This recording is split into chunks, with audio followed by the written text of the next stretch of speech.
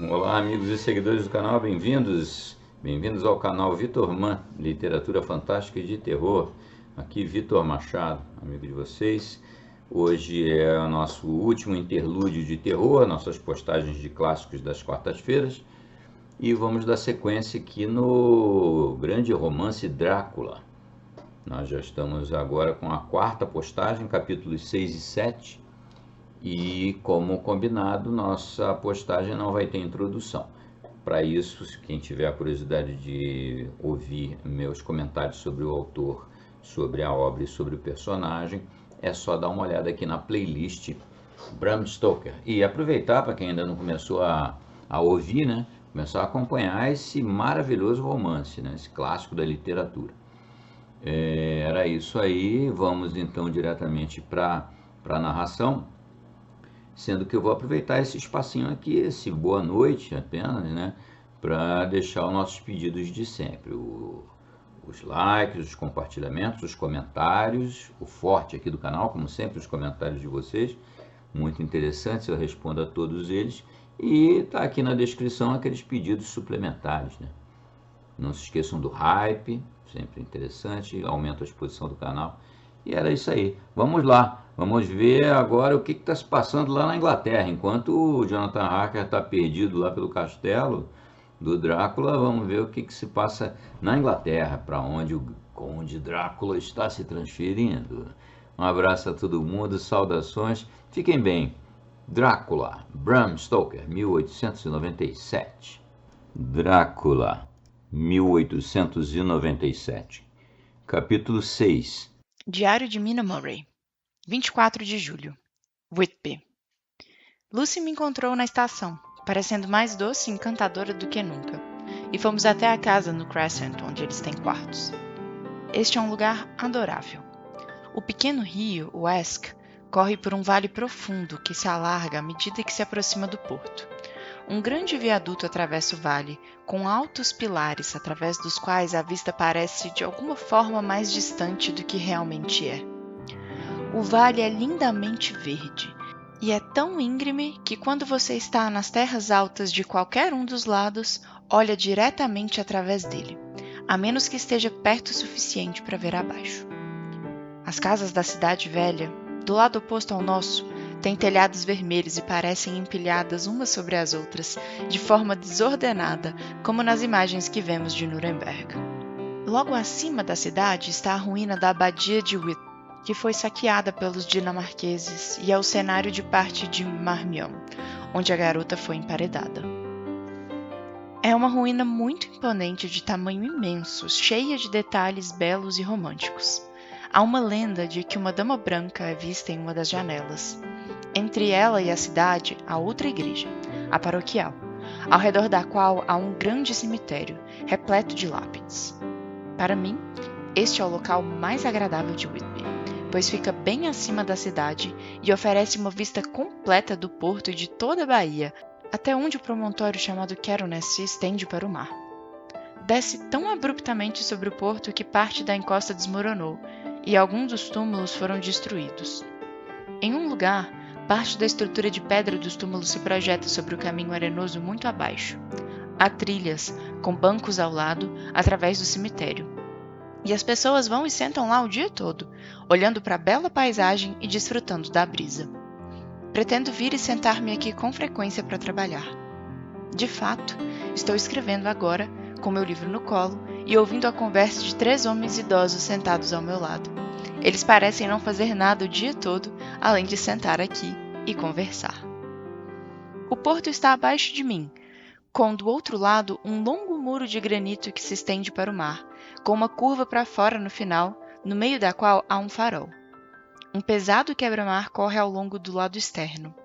Do lado mais próximo, o quebra-mar forma um cotovelo invertido, e em sua extremidade também há um farol.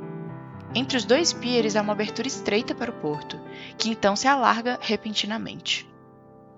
É agradável na maré alta, mas quando a maré está baixa, o fundo se eleva até quase desaparecer, e há apenas o fluxo do Esk correndo entre bancos de areia, com rochas aqui e ali.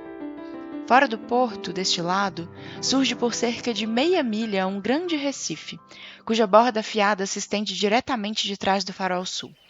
No final dele, há uma boia com um sino, que balança em mau tempo, emitindo um som melancólico ao vento. Eles têm uma lenda aqui que quando um navio se perde, sinos são ouvidos no mar. Preciso perguntar ao velho sobre isso. Ele está vindo para cá. Ele é um velho engraçado. Deve ser extremamente velho, pois seu rosto é todo nodoso e retorcido como a casca de uma árvore. Ele me disse que tem quase 100 anos e que era marinheiro na frota pesqueira da Groenlândia quando a Batalha de Waterloo foi travada. Ele é, receio, uma pessoa muito cética, pois quando lhe perguntei sobre os sinos no mar e sobre a Dama Branca na abadia, ele respondeu de forma bastante brusca. Ah, não esquenta com isso não, moça. Essas coisas já se foram faz tempo.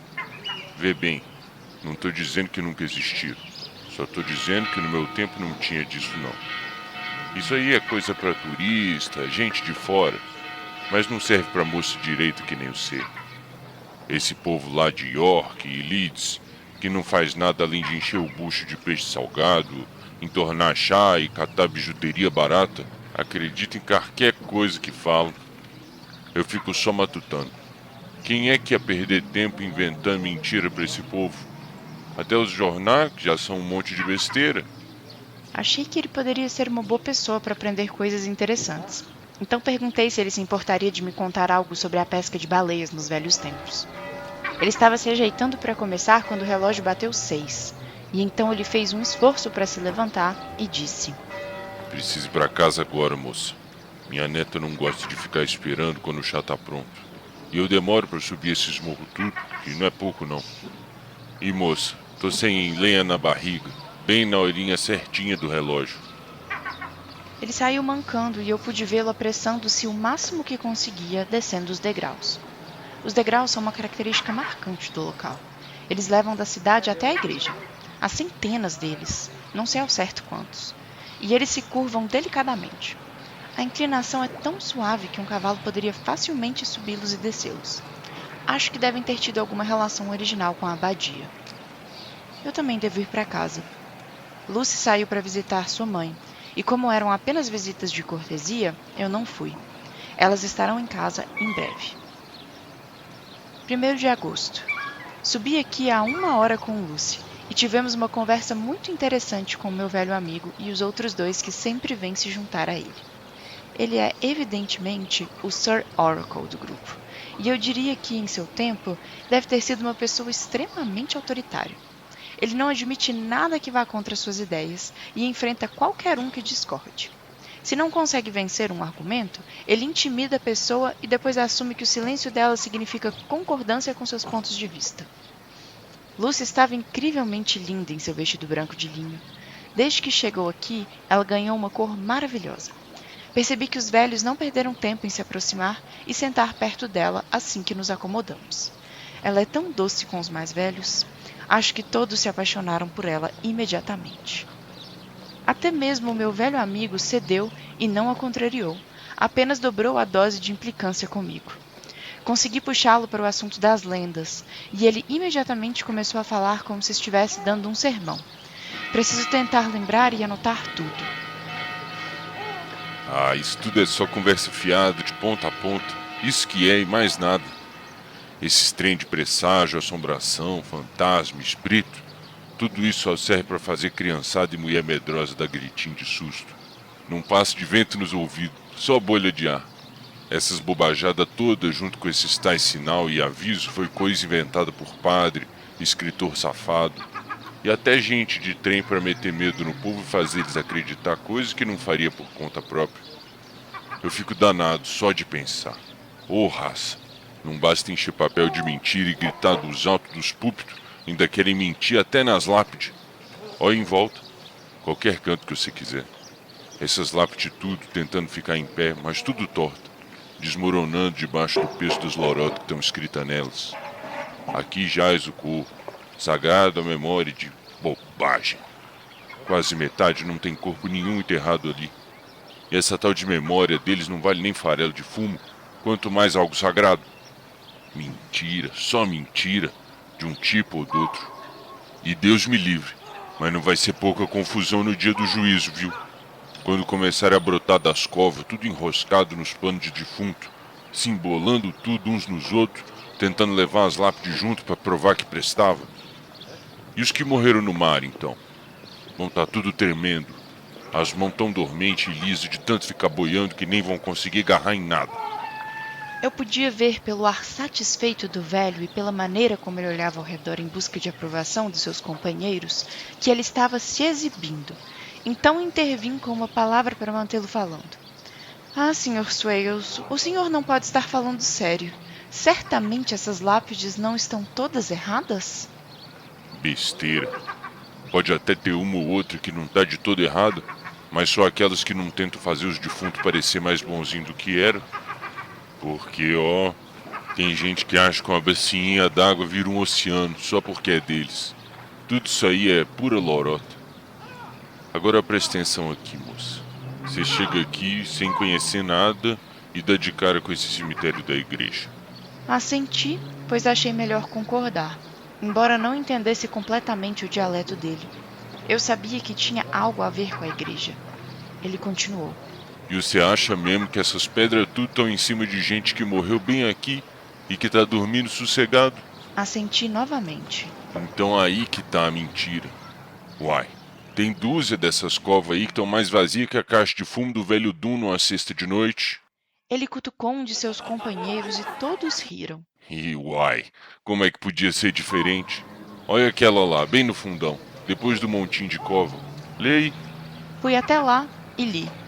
Edward Spenslag, mestre marítimo, assassinado por piratas na costa de Andres, abril de 1854, aos 30 anos. Quando voltei, o Sr. Swales continuou. Quem foi que trouxe ele pra casa? Me diga, pra enterrar ele bem aqui. Assassinato na costa de Andres. E você acredita que o corpo dele tá descansando aqui? Ah, vá. Eu podia citar uma dúzia de outros cujos ossos estão lá no mar da Groenlândia. Ou sabe-se lá onde as correntes levaram. Olha bem para as lápides em volta. Você que tem o zóio novo pode ler bem essas letrinhas miúdas cheias de lorota. Esse tal de Braithwaite Lowry, conheci o pai dele. Sumiu no Lively lá na Groenlândia em 1820. Ou o Andrew Woodhouse, que afogou naquele mesmo mar em 1777. Ou John Paxton, que virou comida de peixe lá no Cabo Farewell um ano depois. Ou até o velho John Rawlins, cujo avô navegou comigo. E esse se perdeu lá no Golfo da Finlândia em 1850. E vocês acham que esses homens tudo vai ter que dar uma corridona até Whitby quando a trombeta tocar? Ah, eu cá tenho minhas dúvidas. Tô dizendo pra vocês, quando eles aparecerem aqui vai ser um empurra tão grande que vai parecer as brigas no gelo dos velhos tempos, quando a gente ficava de sol a sol tentando amarrar os cortes sob a luz da aurora boreal. Isso foi evidentemente uma piada local, pois o velho caiu na gargalhada e seus companheiros riram com entusiasmo. Mas, eu disse, certamente você não está totalmente correto, pois parte do princípio de que todas as pobres almas ou seus espíritos terão que levar suas lápides com eles no dia do julgamento. Você acha que isso será realmente necessário? Ué, pra que mais serve essas lápides então? Me diz, moça. Para agradar seus parentes, eu suponho. Pra agradar os parentes, você acha? Disse ele com profundo desdém. E como é que isso ia agradar os parentes sabendo que tá tudo cheio de mentira escrito sobre eles? E que todo mundo aqui sabe que é lorota pura? Ele então apontou para uma pedra aos nossos pés, que havia sido colocada como uma lápide horizontal, apoiada perto da beira do penhasco. Lê as linhas dessa lápide aí. Ele disse. As letras estavam de cabeça para baixo para mim, de onde eu estava sentada, mas Lucy estava mais de frente para elas. Então ela se inclinou e leu. Sagrado à memória de George Cannon, que morreu na esperança de uma gloriosa ressurreição, em 29 de julho de 1873, caindo das rochas em Caithness. Esta tumba foi erguida por sua mãe enlutada para seu amado filho. Ele era o único filho de sua mãe, e ela era viúva. Sinceramente, Sr. Swales, eu não vejo nada de engraçado nisso. Ela fez seu comentário com muita seriedade e um certo tom de severidade. Você não vê nada de engraçado? Mas isso é porque não sabe da história por trás. Essa tal de mãe enlutada era uma cascavel. Odiava o filho porque o coitado era todo torto. Um aleijado mesmo era. E ele odiava ela tanto que se matou só pra velha não ficar com o seguro de vida que estava no nome dele. Meteu uma espingarda velha no pescoço e quase arrancou a própria cabeça. Aquela espingarda serviu para espantar curvo, mas naquele dia não espantou nada. Só trouxe mosca e verme pra cima dele. Foi assim que ele caiu das rochas. E essa conversa de esperança numa ressurreição gloriosa, faça-me um favor. Eu mesmo ouvi o sujeito dizer mais de uma vez que queria ir pro inferno, porque a mãe dele era tão piedosa que com certeza que ia pro céu, e ele não queria acabar no mesmo lugar que ela. Agora me diga, essa lápide aí, não é um monte de lorota? E não vai fazer São Gabriel rachar de riso quando o pobre do Jorge vier subir nos degraus do outro lado, tudo suado, equilibrando essas pedras nas costas, tentando provar que era um homem bom? Eu não soube o que dizer, mas Lucy mudou de assunto ao se levantar e dizer: Por que você nos contou isso? Este é meu lugar favorito e eu não posso deixá-lo. E agora descubro que devo continuar sentada sobre o túmulo de um suicida. Isso vai te fazer mal não, minha flor. E quem sabe até o pobre do George não fica contente de ter uma moça tão bonita sentada no colo dele. Não vai te machucar não. Olha, eu já me sentei aqui de vez em quando por quase 20 anos e nunca me fez mal nenhum. Não esquenta com quem tá debaixo de você, ou com quem nem tá mais aí. Só vai ser hora de ficar assustado quando você vê as lápides tudo sumindo e esse lugar ficar mais vazio que roça depois da colheita. Olha, o relógio já tá batendo e eu preciso me mandar. Minha saudação pra vocês, moços. E lá se foi ele, mancando. Lucy e eu ficamos sentadas por um tempo, e tudo à nossa frente era tão bonito que nos demos as mãos enquanto estávamos ali. E ela me contou tudo de novo sobre Arthur e o casamento deles que se aproximava. Isso me deixou um pouco triste, pois não recebo notícias de Jonathan há um mês inteiro. No mesmo dia, vim aqui sozinha, pois estou muito triste. Não havia carta para mim. Espero que nada de errado tenha acontecido com Jonathan. O relógio acabou de bater 9 horas. Vejo as luzes espalhadas por toda a cidade, às vezes em fileiras onde as ruas estão, e às vezes isoladas. Elas seguem pelo Esk e desaparecem na curva do vale. À minha esquerda, a vista é bloqueada por uma linha negra do telhado da velha casa ao lado da abadia. As ovelhas e os cordeiros balem nos campos atrás de mim, e há um barulho dos cascos de um burro descendo pela estrada de paralelepípedo abaixo. A banda no pier está tocando uma valsa ríspida, mas bem ritmada, e mais adiante no cais há uma reunião do Exército da Salvação em uma rua secundária. Nenhuma das bandas ouve a outra, mas daqui de cima eu consigo ouvir e ver ambas. Fico me perguntando onde Jonathan está e se ele está pensando em mim. Como eu queria que ele estivesse aqui.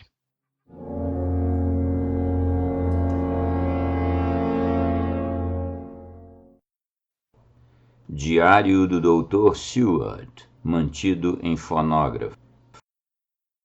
5 de junho. O caso de Renfield torna-se mais interessante à medida que começa a compreender melhor o homem. Ele possui certas qualidades muito desenvolvidas: egoísmo, sigilo e determinação. Gostaria de descobrir qual é o objetivo desta última. Ele parece ter algum plano bem definido, mas ainda não sei qual é. Sua qualidade redentora é um amor por animais, embora na verdade ele tenha umas inclinações tão estranhas nisso que às vezes imagino que seja apenas uma forma anormal de crueldade. Seus bichos de estimação são bastante peculiares. No momento, sua obsessão é capturar moscas. Ele já acumulou tantas que precisa intervir. Para minha surpresa, ele não explodiu em fúria, como eu esperava, mas levou o assunto com uma seriedade simples. Pensou por um momento e depois disse: Posso ter 3 dias? Eu me livrarei delas. Claro que aceitei. Preciso observá-lo. 18 de junho. Agora ele voltou sua atenção para as aranhas e já conseguiu algumas bem grandes, que guarda em uma caixa. Ele continua alimentando-as com suas moscas e o número destas está diminuindo consideravelmente, embora ele tenha usado metade da comida para atrair mais moscas de fora para o seu quarto. 1º de julho. Suas aranhas agora estão se tornando tão incômodas quanto suas moscas, e hoje eu lhe disse que ele precisava se livrar delas. Ele pareceu muito triste com isso, então eu disse que, pelo menos, deveria reduzir a quantidade. Ele concordou alegremente e eu lhe dei o mesmo prazo de anos para a redução. Enquanto estava com ele, senti grande repulsa. Uma mosca varejeira horrenda, inchada de alguma carniça, zuniu para dentro do quarto. Ele a pegou, segurou-a com entusiasmo por alguns instantes entre os dedos e, antes que eu percebesse o que pretendia fazer, colocou-a na boca e a engoliu. Eu o repreendi por isso, mas ele respondeu calmamente, argumentando que era algo muito bom e saudável, que era vida forte e que lhe dava vida. Isso me deu uma ideia, ou pelo menos o esboço de uma. Preciso observar como ele se livra das aranhas. Ele evidentemente tem algum problema profundo em mente, pois mantém um pequeno caderno onde está sempre anotando algo. Páginas inteiras estão preenchidas com massas de números, geralmente somas de dígitos individuais agrupados. E depois os totais novamente somados em lotes, como se estivesse focalizando algum tipo de conta, como dizem os auditores. 8 de julho. Há um método em sua loucura, e a ideia rudimentar na minha mente está crescendo. Logo será uma ideia completa, e então, ó reflexão inconsciente, você terá que ceder o lugar ao seu irmão consciente. Fiquei longe de meu amigo por alguns dias para ver se havia alguma mudança. As coisas continuam como estavam, exceto pelo fato de que ele se desfez de alguns de seus bichos de estimação e adquiriu um novo. Conseguiu pegar um pardal e já começou a domesticá-lo parcialmente. Seu método de domesticação é simples, pois as aranhas já diminuíram. As que restam, no entanto, estão bem alimentadas, pois ele ainda atrai as moscas com sua comida. 19 de julho. Estamos avançando. Meu amigo agora tem uma verdadeira colônia de pardais e suas moscas e aranhas estão quase completamente extintas. Quando eu entrei, ele correu até mim e disse que iria me pedir um grande favor. Um favor muito, muito grande. E, enquanto falava, se aninhava em mim como um cachorro. Perguntei o que era e ele disse, com uma espécie de êxtase na voz e na postura: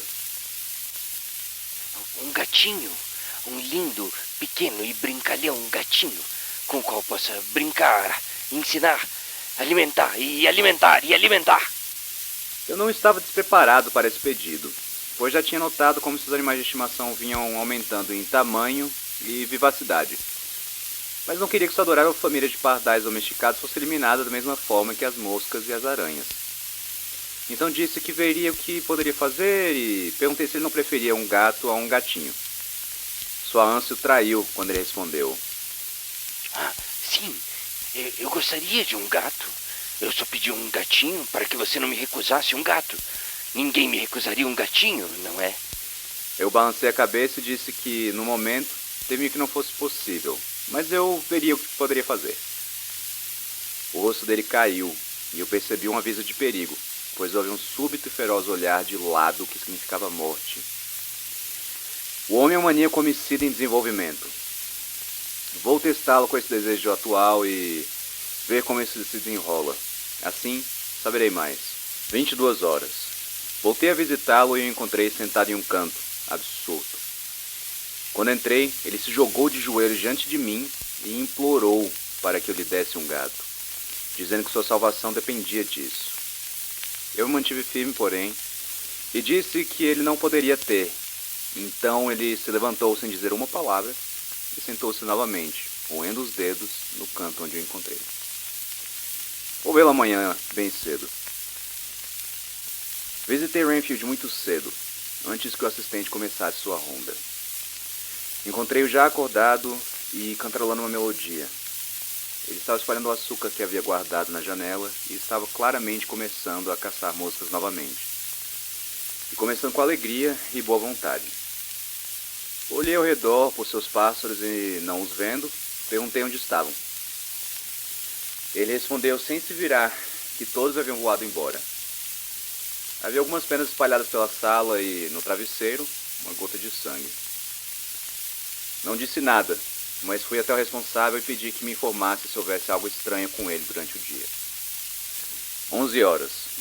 O assistente veio até mim agora para dizer que Renfield estava muito doente e havia vomitado um monte de penas. Minha crença, doutor, disse, é que ele comeu seus pássaros homem simplesmente os pegou e os comeu crus. 23 horas. Dei a Renfield um forte opiáceo hoje à noite, o suficiente para fazer até ele dormir. E levei embora seu caderno para analisá-lo. O pensamento que tem zumbido em minha cabeça ultimamente está completo, e a teoria foi comprovada. Meu maníaco homicida é de um tipo peculiar. Vou precisar inventar uma nova classificação para ele e chamá-lo de maníaco zoofágico, comedor de vida. O que ele deseja é absorver o máximo de vidas que puder, e ele se empenhou para alcançar isso de maneira acumulativa. Deu muitas moscas a uma aranha e muitas aranhas a um pássaro, e depois quis um gato para comer os muitos pássaros. Quais seriam seus próximos passos? Quase valeria a pena completar o experimento. Isso poderia ser feito se houvesse uma causa suficiente. Os homens zombam da viviseção e, ainda assim, olham seus resultados hoje em dia. Por que não avançar a ciência em seu aspecto mais difícil e vital, conhecimento do cérebro? Se eu tivesse sequer o segredo de uma mente assim, se eu tivesse a chave para a fantasia de ao menos um lunático, eu poderia levar meu ramo da ciência a um nível com o qual a fisiologia de Burton Sanderson ou o conhecimento cerebral de Ferrier seriam como nada. Se ao menos houvesse uma causa suficiente, não devo pensar muito nisso. Eu posso ser tentado. Uma boa causa poderia fazer a balança pender para o meu lado. Pois será que eu também não tenho um cérebro excepcional, congenitamente? Como o homem raciocina bem? Os lunáticos sempre o fazem dentro de seu próprio alcance. Pergunto-me quantas vidas ele valoriza um homem, ou se é só uma. Ele fechou a conta de forma bastante precisa, e hoje começou um novo registro. Quantos de nós começamos um novo registro com cada dia de nossas vidas? Para mim, parece que foi ontem que toda a minha vida terminou com minha nova esperança, e que realmente comecei um novo registro. Assim será até que o grande registrador me resuma e feche minha conta no livro com um saldo a favor ou contra. Oh, Lucy, Lucy, não posso ficar com raiva de você, nem de meu amigo cuja felicidade é sua. Mas devo apenas esperar sem esperança e trabalhar. Trabalhar, trabalhar! Se ao menos pudesse ser uma causa tão forte quanto a do meu pobre amigo louco ali, uma boa e desinteressada causa que me fizesse trabalhar, isso seria de fato felicidade.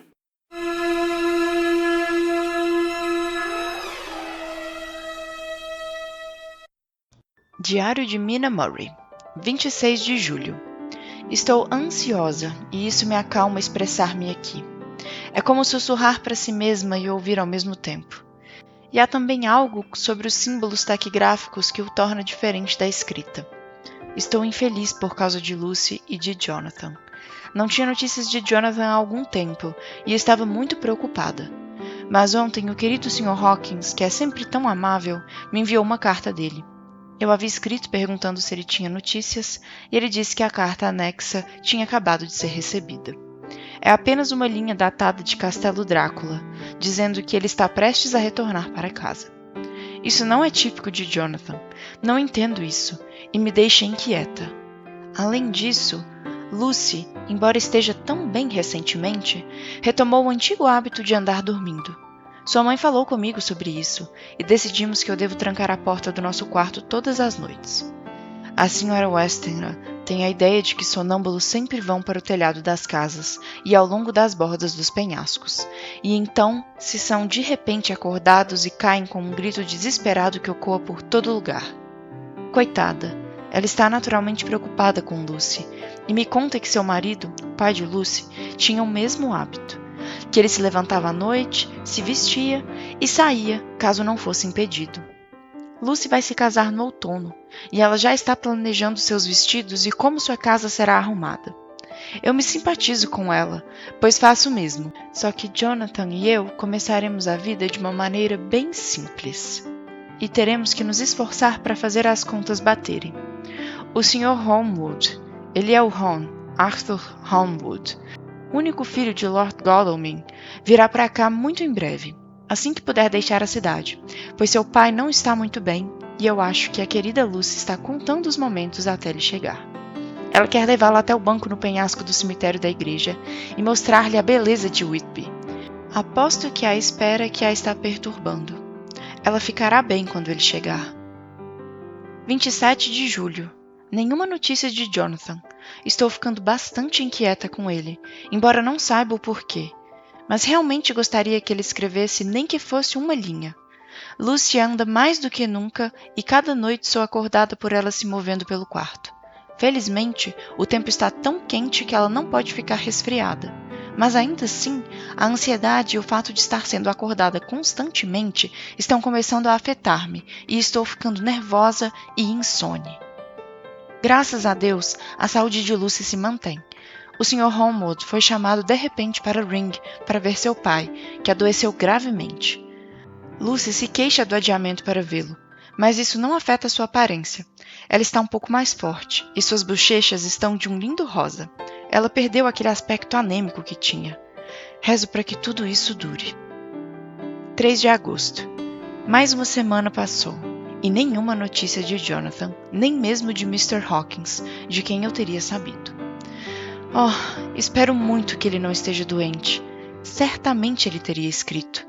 Eu olho para a última carta dele, mas, de alguma forma, ela não me satisfaz.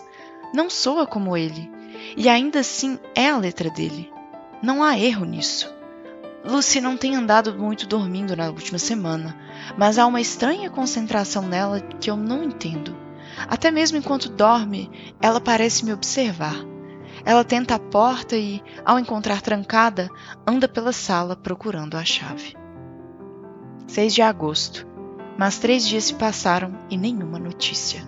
Esse suspense está ficando terrível. Se eu soubesse para onde escrever ou onde ir, eu ficaria mais tranquila. Mas ninguém ouviu uma palavra de Jonathan desde aquela última carta. Só posso rezar a Deus por paciência. Lucy está mais excitada do que nunca, mas está bem de resto. A noite passada foi muito ameaçadora e os pescadores dizem que estamos prestes a ter uma tempestade. Eu preciso tentar observá-la e aprender os sinais do tempo. Hoje está um dia cinza, e o sol, enquanto escrevo, está escondido por grossas nuvens, lá em cima de Caithness. Tudo está cinza, exceto a grama verde, que parece como esmeralda entre o cinza, rochas de terra cinza, nuvens cinzas tingidas com a luz do sol na borda, pairam sobre o mar cinza, para o qual os pontos de areia se estendem como neblina cinza. O mar está se arrebentando sobre as águas rasas e os fletes arenosos com um rugido abafado nas brumas do mar que vão em direção à terra. O horizonte se perde na névoa. Tudo é vastidão. As nuvens estão empilhadas como rochas gigantes e há um brul sobre o mar que soa como algum presságio de perdição. Figuras escuras estão na praia, aqui e ali, às vezes meio encobertas pela névoa e parecem homens como árvores andando. Os barcos de pesca estão se apressando para casa, subindo e descendo nas ondas do fundo, enquanto entram no porto, inclinando-se para os escaninhos. Lá vem o velho Sr. Swales. Ele está indo direto para mim, e eu posso ver, pela maneira como levanta o chapéu, que ele quer conversar. Fiquei muito tocada com a mudança no pobre velho. Quando ele se sentou ao meu lado, disse de uma forma muito suave: Eu quero te dizer uma coisa para você, minha senhora. Tenho medo, minha filha, de ter te assustado com toda essa falação minha sobre os mortos e essas coisas aí nas últimas semanas. Mas não era essa a minha intenção. E quero que você lembre disso quando eu me for. A gente, velho, que já tá com o pé na cova, não gosta muito de pensar nessas coisas. E também não quer sentir medo delas. É por isso que eu vivia fazendo graça com o assunto, para ver se animava um pouco meu coração. Mas Deus te abençoe, minha filha. Eu não tenho medo de morrer, não. Nem um tiquinho. Só não quero morrer se puder evitar. Mas sei que minha hora tá chegando. E já tô velho. E ninguém pode esperar viver 100 anos ou mais. Tô tão perto que até já sinto o velho lá afiando a foice. Tá vendo? Nem adianta tentar parar, que a boca continua falando disso do mesmo jeito. Um dia desse, e não deve demorar muito, o anjo da morte vai soprar a trombeta para me chamar. Mas você, minha filha, não fique triste nem chorando, viu? Pois ele viu que eu estava chorando. Se ele viesse essa noite mesmo, eu não ia negar de atender o chamado. Porque a vida, no fim das contas, não passa de uma espera por algo mais do que a gente está fazendo. E a morte, essa sim, É a única certeza que a gente tem. Mas estou tranquilo, minha filha, porque sei que ela tá vindo para mim. E tá vindo ligeiro. Pode bem ser que ela chegue enquanto a gente tá aqui, só olhando e se perguntando. Talvez seja esse vento que vem lá do mar, trazendo perda, naufrágio, tristeza e coração apertado. Olha! Olha! Tem alguma coisa nesse vento, nessa brisa que vem de longe. Tem um som, um jeito, até um cheiro que parece de coisa ruim. Parece morte. Tá no ar.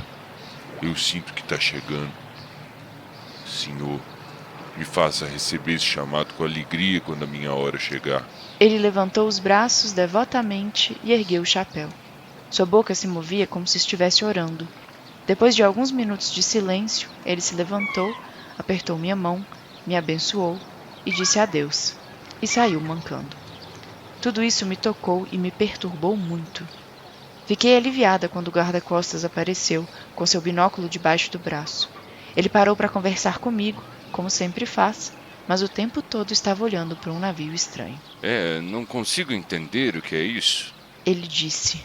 É um navio russo, pelo jeito, mas está navegando de maneira mais estranha. Não sabe o que fazer. Parece ver a tempestade chegando, mas não consegue decidir se vai para o norte, ao largo ou se entra aqui. Olha lá de novo. Está sendo guiado de maneira muito estranha, pois não segue a mão no leme. Muda a direção com cada rajada de vento. Vamos ouvir mais sobre ele antes de amanhã.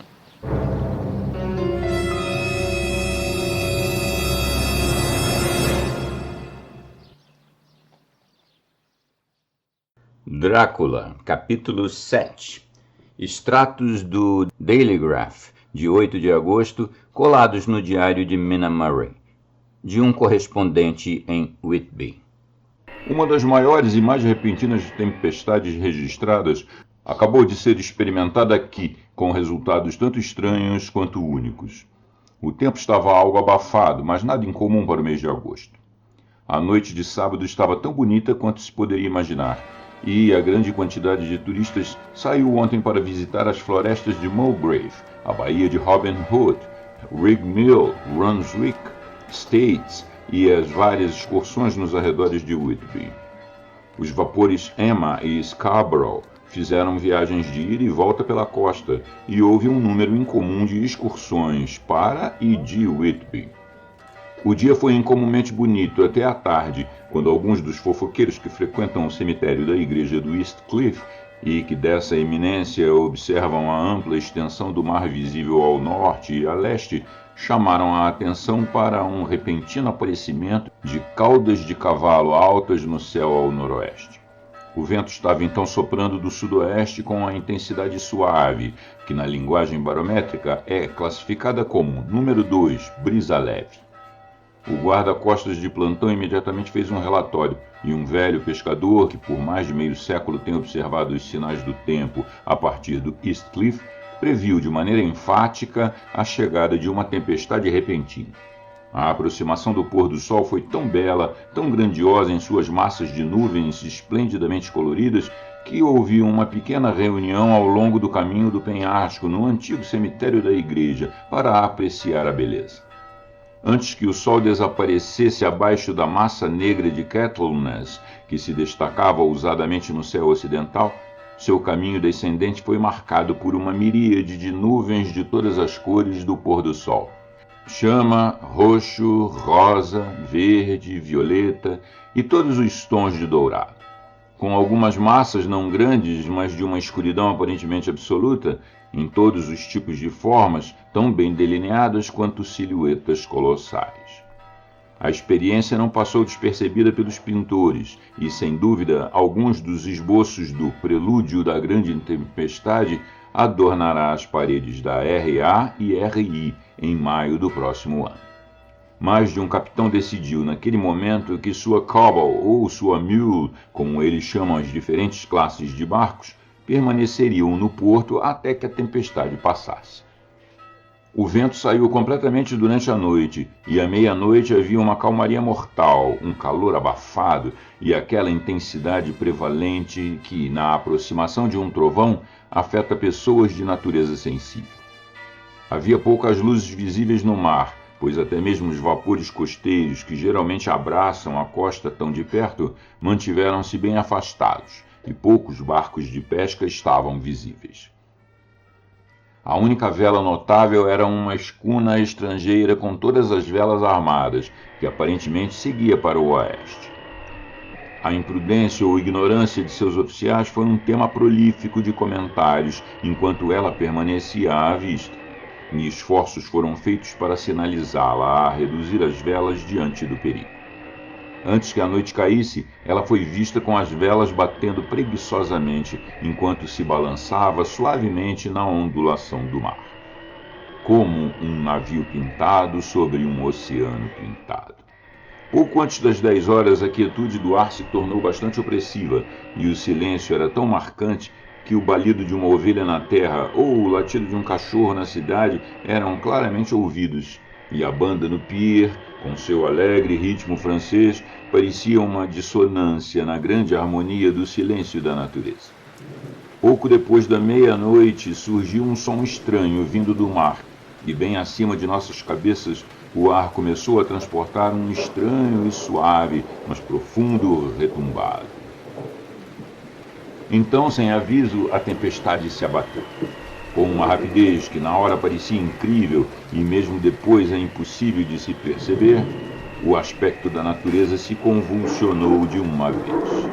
As ondas subiram em crescente fúria, uma ultrapassando a outra, até que em poucos minutos o mar, que antes estava calmo, tornou-se como um monstro rugindo e devorador. As ondas de espuma branca batiam furiosamente nas areias planas e subiam pelas falésias inclinadas. Outras quebravam sobre os pires e, com sua espuma, varriam as lanternas dos faróis que se erguem no final de cada pier do porto de Whitby. O vento rugia como um trovão e soprava com tal força que até mesmo os homens fortes tinham dificuldade em se manter em pé ou em se agarrar firmemente aos postes de ferro. Foi necessário retirar todos os espectadores dos pires, ou as fatalidades da noite teriam sido ainda maiores. Para aumentar as dificuldades e os perigos do momento, massas de névoa marinha começaram a se arrastar para o interior. Nuvens brancas e úmidas, que passavam de forma fantasmagórica, tão úmidas e frias que não era preciso muito esforço de imaginação para pensar que os espíritos daqueles perdidos no mar estavam tocando seus irmãos vivos com as mãos úmidas da morte. E muitos estremeceram quando as ondas da névoa marinha passaram. Às vezes a névoa se dissipava e o mar, por uma curta distância, podia ser visto no brilho do relâmpago, que agora vinha grosso e rápido, seguido de estrondos tão repentinos que todo o céu parecia tremer sob o impacto dos passos da tempestade. Algumas das cenas reveladas eram de uma grandiosidade imensurável e de um interesse absoluto. O mar, com montanhas de ondas elevadas, lançava para o alto, a cada onda, enormes massas de espuma branca, que a tempestade parecia agarrar e arremessar para o espaço. Aqui e ali, um barco de pesca com uma vela rasgada, correndo loucamente para o abrigo diante da rajada. Agora e então, as asas brancas de um pássaro marinho lançado pela tormenta. No cume da falésia leste, o novo holofote de busca estava pronto para ser testado, mas ainda não havia sido usado. Os oficiais responsáveis por ele conseguiram colocá-lo em funcionamento, e nas pausas da névoa que invadia, varriam com ele a superfície do mar. Uma ou duas vezes, seu serviço foi extremamente eficaz, como quando um barco de pesca com a borda submersa correu para o porto, podendo, com a orientação da luz protetora, evitar o perigo de se chocar contra os pires. Cada barco que alcançava a segurança do porto recebia uma saudação de alegria da multidão na margem, um grito que, por um momento, parecia romper o vento e logo era varrido pelo seu ímpeto. Pouco depois, o holofote avistou, a certa distância, uma escuna com todas as velas içadas, aparentemente a mesma embarcação que havia sido notada mais cedo naquela noite. O vento, a essa altura, havia mudado para o leste, e um arrepio percorreu os observadores no penhasco ao perceberem o terrível perigo em que o navio agora se encontrava.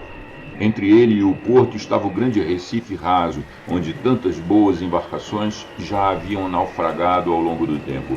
E, com o vento soprando da direção atual, seria completamente impossível que conseguisse alcançar a entrada do porto. Já estava quase na hora da maré alta, mas as ondas eram tão grandes que em seus vales os bancos de areia da costa eram quase visíveis.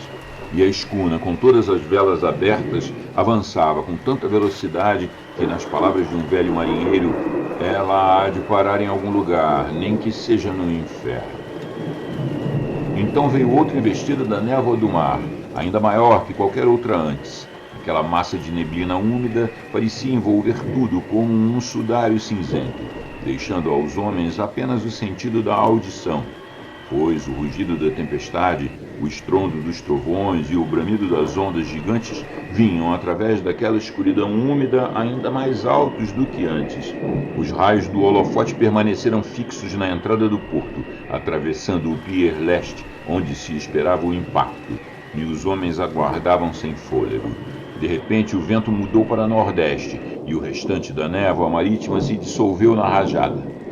E então, mirabile dictu, entre os pires, saltando de onda em onda enquanto avançava a uma velocidade vertiginosa, varreu a estranha escuna diante da ventania, com todas as velas içadas, e alcançou a segurança do porto. O holofote a acompanhou e um arrepio percorreu todos os que a viram, pois, amarrado ao leme, havia um cadáver, com a cabeça caída, balançando horrivelmente para frente e para trás a cada movimento do navio.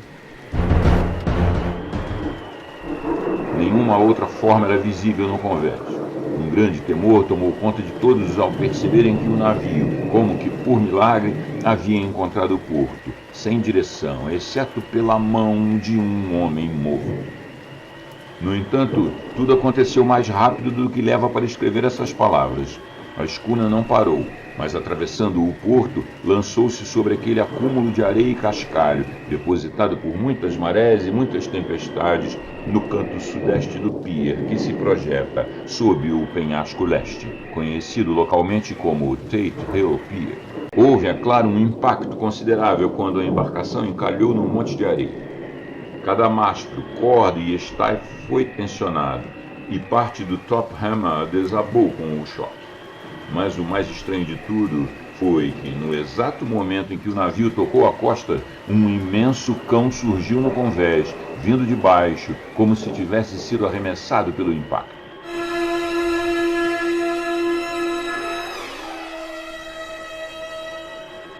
Ele correu para a proa e saltou da embarcação diretamente para a areia. Sem hesitar, disparou em direção ao penhasco íngreme, onde o cemitério se projeta sobre a viela que leva ao East Pier, tão inclinado que algumas das lápides planas, Truth Stones ou True Stones, como são chamadas no dialeto de Whitby, chegam a sobressair, onde a borda sustentadora do penhasco desmoronou. O animal desapareceu na escuridão, que parecia ainda mais densa logo além do alcance do holofote. Aconteceu que naquele momento não havia ninguém no Tate Hill Pier, pois todos os moradores das redondezas estavam ou dormindo ou observando dos altos da cidade. Assim, o guarda costeiro de plantão no lado leste do porto, que imediatamente correu até o pequeno pier, foi o primeiro a subir a bordo. Os operadores do holofote, depois de vasculharem a entrada do porto sem avistar nada, então direcionaram a luz para o navio abandonado e a mantiveram fixa nele. O guarda costeiro correu para a popa e, ao chegar junto ao leme, inclinou-se para examiná-lo, mas recuou de imediato, como se tomado por uma forte emoção. Isso despertou a curiosidade geral e várias pessoas começaram a correr para o local. O caminho do West Cliff até Tate Hill Pier, passando pela ponte levadiça, é longo, mas seu correspondente aqui é um bom corredor e chegou bem à frente da multidão. No entanto, ao chegar, já encontrei uma aglomeração no pier, impedida pela guarda costeira e pela polícia de subir a bordo. Por cortesia do chefe dos barqueiros, fui autorizado como correspondente a subir no convés, e fui um dos poucos que viram um marinheiro morto ainda amarrado ao leme.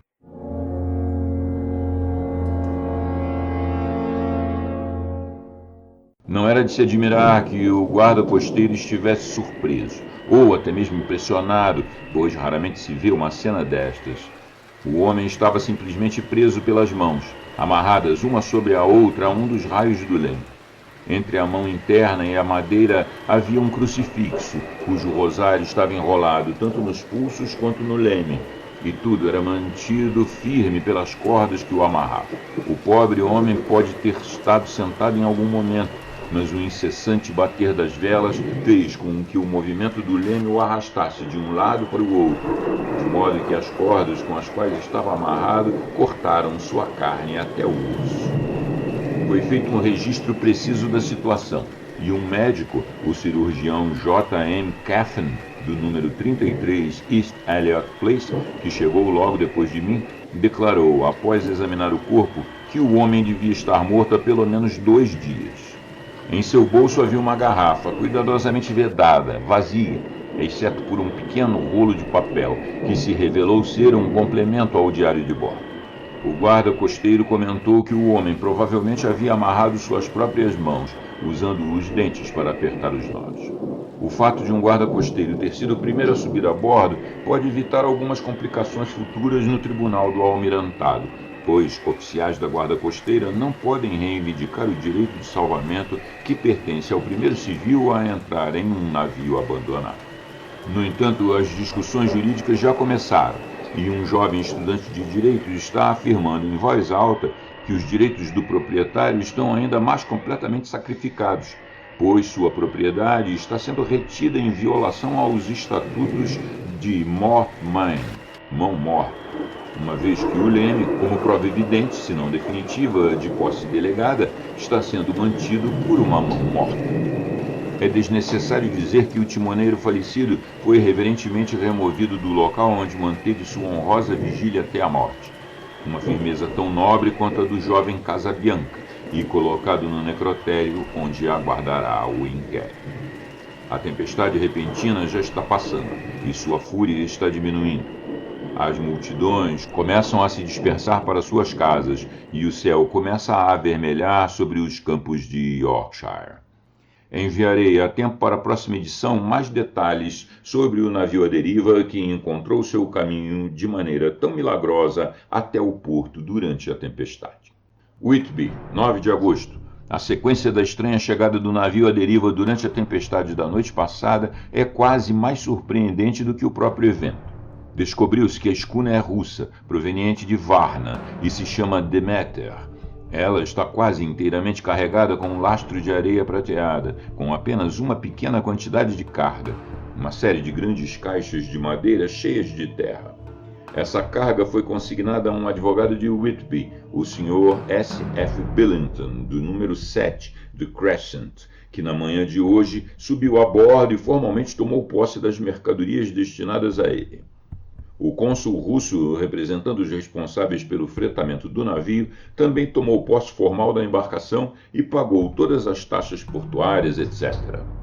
Hoje na cidade não se fala de outra coisa, senão dessa estranha coincidência. Os funcionários da Junta de Comércio têm sido extremamente rigorosos para garantir que todas as regulamentações vigentes sejam cumpridas. Como o caso será um assunto de 9 dias, isso é, um grande alvoroço passageiro, eles estão claramente determinados a evitar qualquer motivo para reclamações futuras. Houve bastante interesse em relação ao cão que desembarcou quando o navio encalhou, e vários membros da Sociedade Protetora dos Animais, que é muito ativa em Whitby, tentaram cuidar do animal. No entanto, para a decepção geral, ele não foi encontrado. Parece ter desaparecido completamente da cidade. Pode ser que tenha ficado assustado e fugido para as charnecas, onde ainda estaria escondido em pânico. Alguns, no entanto, encaram essa possibilidade com apreensão, temendo que o animal possa se tornar uma ameaça mais adiante, pois é evidentemente uma fera selvagem. Logo pela manhã, um grande cão mestiço de mastim, pertencente a um comerciante de carvão próximo ao Tate Hill Pier, foi encontrado morto na estrada em frente ao depósito de seu dono. Ele havia estado em combate e claramente enfrentara um oponente feroz, pois sua garganta estava dilacerada e seu ventre aberto, como se tivesse sido rasgado por uma garra selvagem.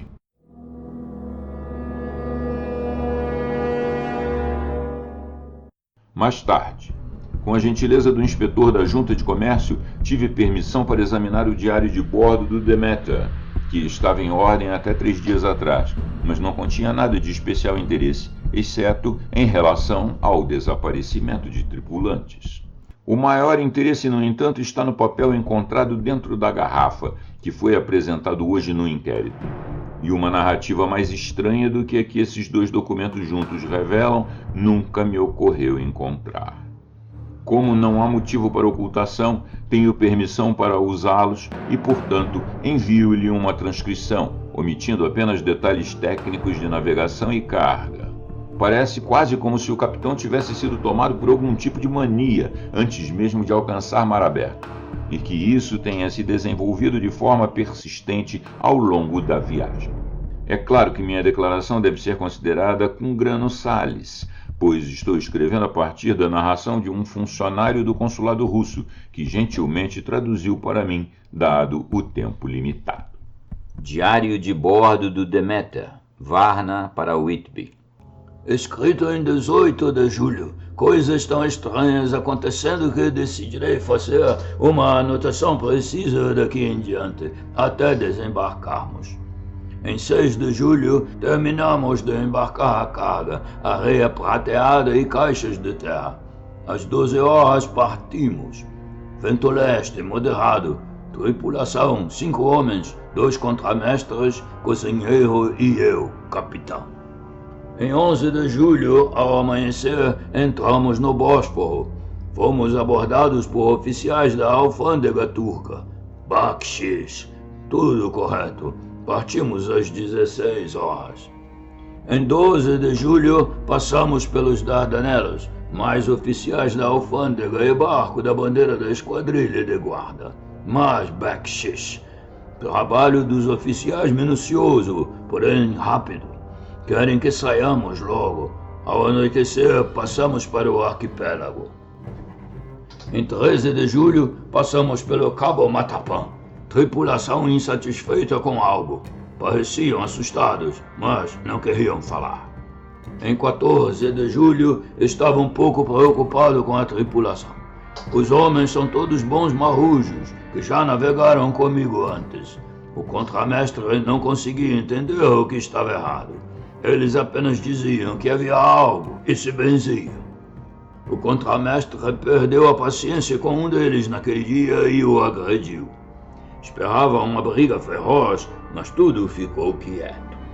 Em 16 de julho, o contramestre informou pela manhã que um dos tripulantes, Petrovski, estava desaparecido. Não conseguiu explicar o motivo. Estava no turno de bombordo às 8 badaladas da noite passada. Foi aliviado por Abramov, mas não foi para a cama. Os homens estavam mais abatidos do que nunca. Todos disseram que esperavam algo do tipo, mas não queriam dizer mais do que havia algo a bordo. O contramestre ficou muito impaciente com eles. Temia que houvesse problemas à frente. Em 17 de julho, ontem, um dos homens, Olgaren, veio até minha cabine e de forma assustada me confidenciou que achava que havia um homem estranho a bordo do navio. Ele disse que durante seu turno estava se abrigando atrás da casa do convés, pois estava chovendo, quando viu um homem alto e magro, que não se parecia com nenhum dos tripulantes, subir pela escada e ir até a proa, desaparecendo. Ele o seguiu cautelosamente, mas quando chegou à frente não encontrou ninguém, e as escotilhas estavam todas fechadas. Ele estava em um pânico de medo supersticioso, e temo que o pânico se espalhe. Para aliviar a situação, farei hoje uma busca minuciosa no navio, de proa a popa. Mais tarde naquele dia, reuni toda a tripulação e disse a eles que, como evidentemente achavam que havia alguém no navio, faríamos uma busca de proa a popa. O primeiro contramestre ficou irritado. Disse que era uma tolice e que ceder a essas ideias tolas desmoralizaria os homens. Disse que se encarregaria de mantê-los fora de problemas com uma barra de ferro. Eu o deixei tomar o leme, enquanto com o resto iniciamos uma busca minuciosa, todos acompanhando com lanternas. Não deixamos nenhum canto sem ser revistado. Como havia apenas as grandes caixas de madeira, não havia cantos estranhos onde um homem pudesse se esconder. Os homens ficaram muito aliviados quando a busca terminou e voltaram ao trabalho alegremente. O primeiro contramestre fez cara feia, mas não disse nada. 22 de julho. Tempo tempestuoso nos últimos 3 dias e todos ocupados com as velas. Não havia tempo para ter medo. Os homens parecem ter esquecido o receio. O contramestre voltou a ser otimista e todos estavam em bons termos. Elogiou os homens pelo trabalho em condições climáticas ruins. Passamos Gibraltar e saímos pelo estreito. Tudo bem. 24 de julho. Parece que há uma maldição sobre este navio. Já estamos com uma mão a menos e entrando na Baía de Biscaia com o tempo selvagem à frente, e ainda na noite passada outro homem desapareceu. Sumiu. Como o primeiro, ele saiu de seu turno e não foi mais visto. Os homens estão em pânico de medo. Enviaram uma carta coletiva pedindo para terem turno duplo, pois temem ficar sozinhos. O contramestre está violento. Temem que haja algum problema, pois ou ele ou os homens cometerão algum ato de violência. 28 de julho. 4 dias no inferno, rodando em uma espécie de redemoinho com ventos de tempestade. Ninguém conseguiu dormir. Os homens estão todos exaustos. Mal sei como montar o turno, já que ninguém está em condições de ir. O segundo contramestre se ofereceu para estear e vigiar e deixou os homens descansando algumas horas. O vento diminuiu. Os mares ainda estão terríveis, mas sentimos menos, pois o navio está mais estável. 29 de julho. Outra tragédia. Tínhamos apenas um turno simples esta noite, pois a tripulação estava cansada demais para dobrá-lo. Quando o turno da manhã subiu ao convés, não encontrou ninguém além do timoneiro. Houve um grande alvoroço e todos subiram ao convés. Fizemos uma busca minuciosa, mas ninguém foi encontrado. Agora, estamos sem o segundo imediato e a tripulação está em pânico. O imediato e eu concordamos em andar armados daqui em diante e esperar qualquer sinal da causa. 30 de julho. Noite passada, ficamos alegres, pois estávamos nos aproximando da Inglaterra. O tempo estava bom, todas as velas içadas. Deitei exausto e dormi profundamente. Fui acordado pelo imediato, que me disse que tanto o homem de vigia quanto o timoneiro haviam desaparecido. Agora restamos apenas eu, o imediato e 2 marinheiros para operar o navio. 1º de agosto. 2 dias de neblina e não avistamos uma única vela. Tinha esperança de que, ao entrar no Canal da Mancha, pudéssemos sinalizar por ajuda ou aportar em algum lugar. Sem força para manejar as velas, fomos obrigados a correr com o vento. Não ousamos baixá-las, pois não teríamos forças para erguê-las novamente. Parecemos estar à deriva em direção a algum destino terrível. O imediato agora está mais desmoralizado do que qualquer um dos homens. Sua natureza antes forte parece ter se voltado contra ele mesmo. Os marinheiros estão além do medo, trabalhando de forma mecânica e paciente, já resignados ao pior. Eles são russos, ele romeno. 2 de agosto, meia-noite. Acordei após poucos minutos de sono com um grito, aparentemente vindo de fora de minha escotilha. Não consegui ver nada na neblina. Corri para o convés e esbarrei no imediato. Ele me disse que ouviu o grito e correu, mas não havia sinal do homem de vigia. Mais um se foi. Meu Deus, ajude-nos! O imediato diz que devemos ter passado pelo estreito de Dover, pois em um momento em que a neblina se dissipou, ele viu North Foreland exatamente quando ouvi o homem gritar.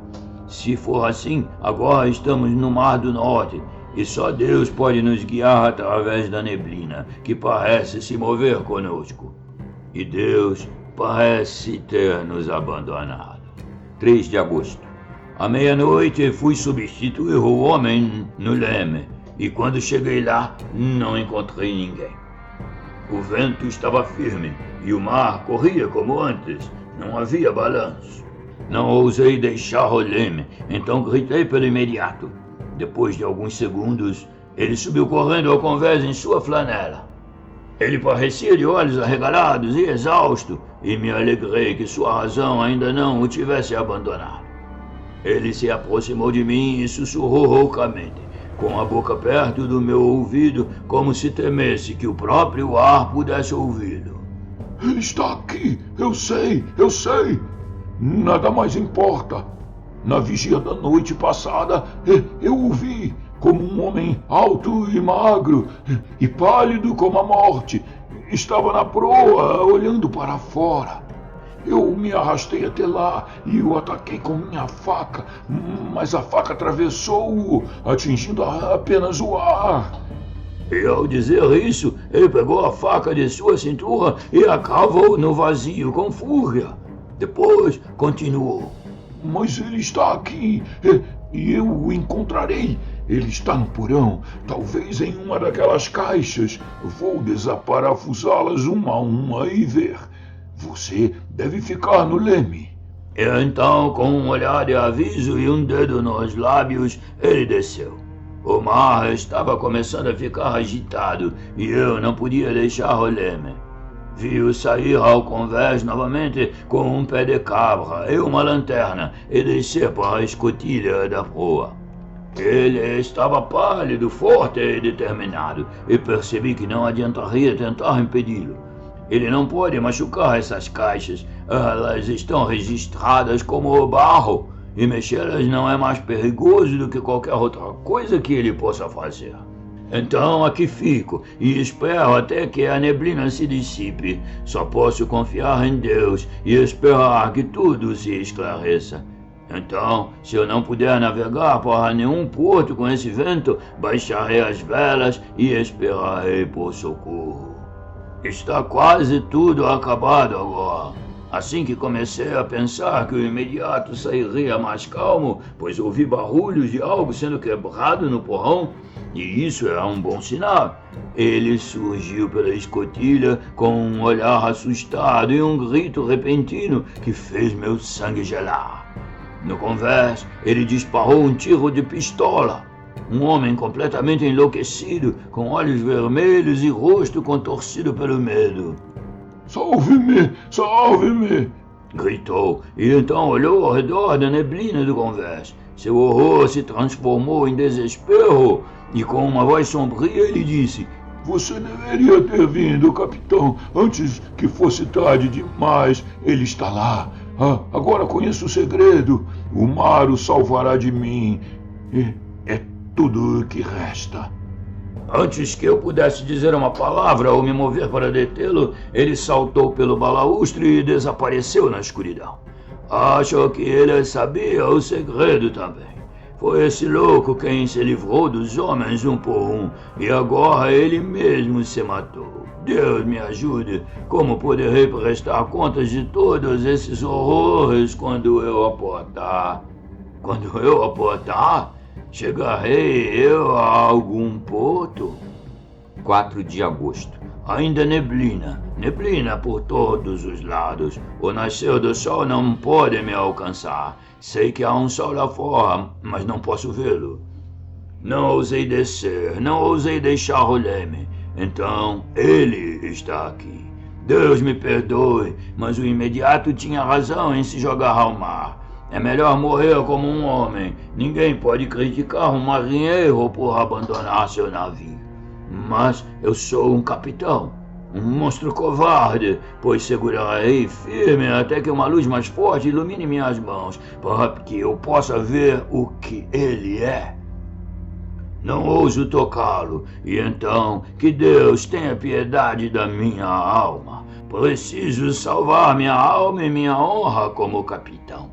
Estou ficando mais fraco e a noite está chegando. Se ele puder olhar para mim novamente, talvez eu não tenha tempo para agir. Se naufragarmos, talvez esta garrafa seja encontrada e aqueles que a encontrarem possam entender. Se não, bem, então todos os homens saberão que fui fiel à minha missão. Que Deus e a bem-aventurada Virgem e os santos ajudem uma pobre alma ignorante tentando cumprir seu dever. Claro que o veredicto foi inconclusivo. Não há evidências a apresentar. E se o homem cometeu ou não os assassinatos, agora ninguém pode dizer. O povo daqui praticamente concorda que o capitão foi simplesmente um herói e ele terá um funeral público. Já está organizado que seu corpo será levado com uma procissão de barcos pelo rio Esk por um trecho e depois trazido de volta ao Tate Hill Pier e subido pelas escadarias da abadia, pois ele será enterrado no cemitério no penhasco. Os proprietários de mais de 100 barcos já deram seus nomes para acompanhá-lo até o túmulo. Nenhum vestígio do grande cão foi encontrado, o que causou grande lamento, pois com a opinião pública no estado atual, ele provavelmente seria adotado pela cidade. Amanhã veremos o funeral, e assim terminará mais um Mistério do Mar. Diário de Mina Murray. 8 de agosto. Lucy esteve muito inquieta a noite toda, e eu também não consegui dormir. A tempestade foi assustadora, e quando rugia alto entre as chaminés me fazia estremecer. Quando uma rajada forte vinha, parecia o som de um canhão distante. Curiosamente, Lucy não acordou, mas levantou-se 2 vezes e se vestiu. Felizmente, em ambas as vezes, acordei a tempo e consegui despi-la sem despertá-la, colocando-a de volta na cama. Esse sonambulismo é algo muito estranho, pois assim que a sua vontade é contrariada fisicamente, sua intenção, se é que há alguma, desaparece, e ela se entrega quase automaticamente à rotina de sua vida. Logo pela manhã, nós 2 nos levantamos e descemos até o porto para ver se algo havia acontecido durante a noite. Havia poucas pessoas por ali, e embora o sol brilhasse e o ar tivesse claro e fresco, as grandes ondas sombrias e ameaçadoras, que pareciam escuras porque a espuma no topo delas era branca como a neve, avançavam pelo estreito canal do porto, como um homem agressivo forçando passagem por uma multidão. De alguma forma, senti-me aliviada por Jonathan não estar no mar na noite passada, mas em terra firme. Mas, ele está mesmo em terra ou no mar? Onde ele está e como está? Estou ficando terrivelmente angustiada por ele. Se ao menos eu soubesse o que fazer e pudesse fazer algo. 10 de agosto. O funeral do pobre capitão do mar hoje foi extremamente comovente. Parecia que cada barco do porto estava presente, e o caixão foi carregado por capitães desde o Tate Hill Pier até o cemitério. Lucy veio comigo e chegamos cedo ao nosso antigo banco, enquanto o cortejo de barcos subia o rio até o viaduto e depois voltava. Tivemos uma vista maravilhosa e pudemos ver quase toda a procissão. O pobre homem foi enterrado bem perto do nosso banco, de modo que ficamos de pé sobre ele quando chegou o momento e vimos tudo. A pobre Lucy parecia muito abalada. Estava inquieta e agitada o tempo todo, e não posso deixar de pensar que seus sonhos à noite estão afetando seu estado. Ela tem um comportamento bastante estranho em um aspecto. Não admite para mim que há qualquer motivo para sua inquietação. Ou se há, ela mesma não o compreende. Houve ainda outro motivo de perturbação. O pobre velho Sr. Swales foi encontrado morto essa manhã em nosso banco, com o pescoço quebrado. Segundo o médico, ele aparentemente caiu para trás no assento, tomado por algum tipo de susto, pois seu rosto trazia uma expressão de medo e horror que fez os homens estremecerem ao vê-lo. Pobre querido velho, talvez tenha visto a morte com seus olhos moribundos. Lucy é tão doce e sensível que sente as influências ao seu redor com mais intensidade do que as outras pessoas. Agora há pouco, ela ficou muito abalada com algo que eu mesma não achei tão relevante, embora goste muito de animais. Um dos homens que costumam vir aqui para observar os barcos foi seguido por seu cachorro. O cão está sempre com ele. Ambos são tranquilos e nunca viu o homem irritado, nem ouviu o cachorro latir. Durante o funeral, porém, o cachorro se recusava a se aproximar do dono que estava sentado conosco. Em vez disso, manteve-se a alguns metros de distância, latindo e uivando. Seu dono falou com ele primeiro suavemente, depois asperamente, e então com raiva. Mas o cão não vinha nem parava de fazer barulho. Estava em um tipo de fúria, com os olhos selvagens e todos os pelos eriçados, como a cauda de um gato quando está pronto para atacar. Finalmente, o homem também se irritou. Pulou para baixo e chutou o cachorro. Depois o pegou pela pele do pescoço e meio que o ergueu e meio que o jogou sobre a lápide na qual o banco está fixado. No momento em que tocou a pedra, o pobre animal ficou quieto e começou a tremer. Não tentou fugir, mas se encolheu, tremendo e se encolhendo de medo, em um estado tão lamentável de terror que tentei sem sucesso acalmá-lo. Lucy também estava cheia de pena, mas não tentou tocar no cão. Apenas olhou para ele com uma expressão de angústia. Temo muito que sua natureza seja sensível demais para enfrentar o mundo sem sofrimento. Tenho certeza de que sonhará com isso esta noite. Toda essa sucessão de eventos, o navio chegando ao porto guiado por um homem morto, sua posição amarrado ao leme com um crucifixo e contas de oração, o funeral comovente, o cachorro, ora furioso, ora apavorado, servirá de material para seus sonhos. Acho que o melhor para ela será ir para a cama fisicamente exausta. Então vou levá-la para uma longa caminhada pelos penhascos até Robin Hood's Bay e de volta. Assim, ela não deverá ter muita disposição para caminhar durante o sono.